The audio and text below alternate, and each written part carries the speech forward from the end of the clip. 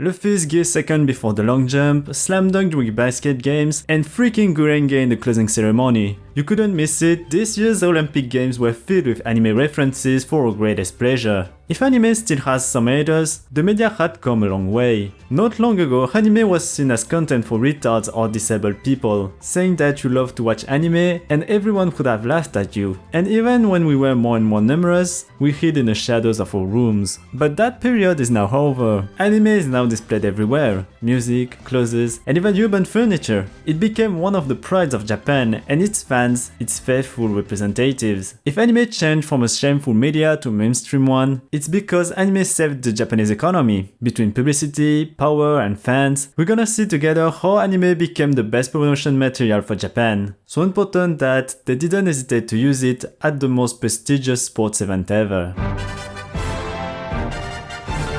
It's hard to believe, but people loved anime back in the past. In the 50s, Japanese kids and their parents could watch new anime episodes of Astro Boy every week. And the more time passed, the more viewers gathered in front of their TV. At its peak, 45 million people followed the adventures of the little robot. But unfortunately, that won't last. During the 60s, anime became less and less profitable because of the drop in audience. The birth rate began to decrease, so fewer children gathered in front of their TV. So because of that, TV channels changed the way anime were broadcast. They cleared anime from primetime and put them either early morning or late night. In the morning we had kids, where anime was still a good entertainment, and at night we had young adults, also known as otaku with more mature content. And despite being so different, both of them will meet success in Japan, with anime like Dragon Ball, Kitaro, or Evangelion. In parallel, this success will be exported overseas since the 60s. Foreign TV channels began to broadcast anime like Astro Boy, Gigantic, and Macross. And it was an immediate success, but unfortunately, the hype went up and down according to the imports. We have to wait until the late 20s, early 2000s to see a sustainable craze around anime. At this period, Evangelion made a huge impact, Pokémon has invaded every schoolyard, and Spirited Away won the Oscar for Best Animated Feature. Thanks to that, anime became mainstream. Pokémon, Yu-Gi-Oh! And Digimon had rocked the childhood of many of you, and if you wanted more, fansubbers filled the internet with the latest works. And as you can guess, new companies were born around this new market.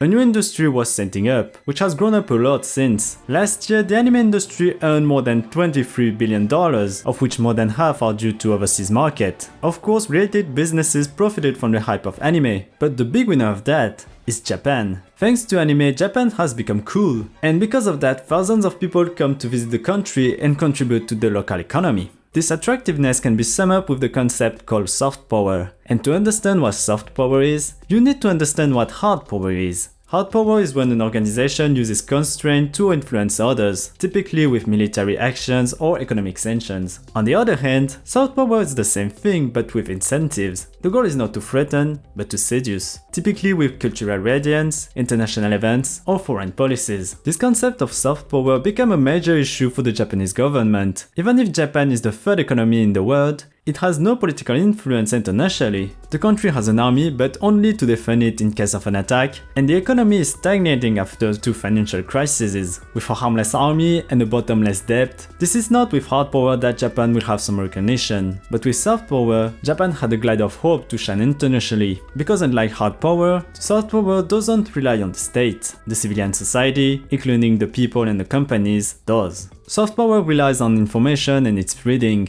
The more people speak well of their country, the more it will become attractive. It's the old technique of word of mouth. But to make the most of it, the message must be well calibrated. Feedbacks from tourists or from inhabitants seems to be good messages. But the issue is that nobody will read that, except future tourists. A better way to spread a good image of Japan is to use a Trojan horse, coating the Japanese culture into something more appealing, like stories around yokai or ninjas for example. Yep. By watching anime, you're not only watching appealing stories with characters with superpowers fighting evil, you also have a sample of what Japan looks like. You're learning about daily life, the traditions, or the language. And after watching a lot of anime, you will end up having this picture of a modern yet traditional nation, with some touches of craziness. In your eyes, Japan became cool. And thanks to the development of the internet and social networks, anime has spread all over the world, and this picture of Japan with it. We are relaxed by the calm of Mount Fuji, fascinated by the lights of Shibuya, and we laugh around the commercials.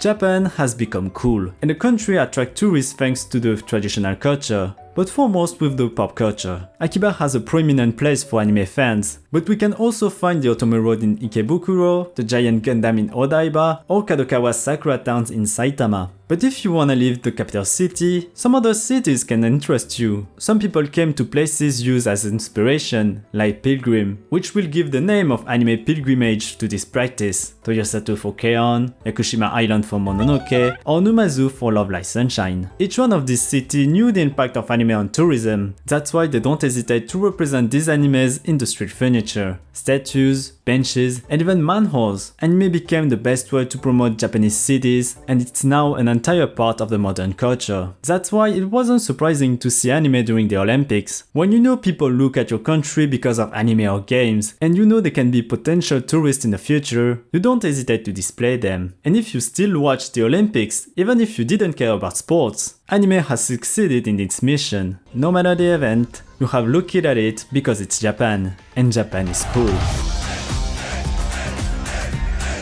Anime is the spearhead of Japan Radiance for several years, its main tool to stay in the diplomatic game. Japan has anime and games, Korea K-pop, and China Tencent. So even without armies, the war still continues. Anime had come a long way. It started as a popular entertainment before being the shame of the country, but with time, anime became a pillar of the Japanese economy. And that, it's thanks to them, and thanks to you. Thanks for watching this video. This video was difficult to do because there were many political concepts I had to understand, and it wasn't that easy. But I hope you enjoyed the video anyway. If it's the case, press the like button and share it around you, and click on the right button to subscribe to the channel and not miss new anime business content. And don't forget, anime is an art, but also a business. See you, producers.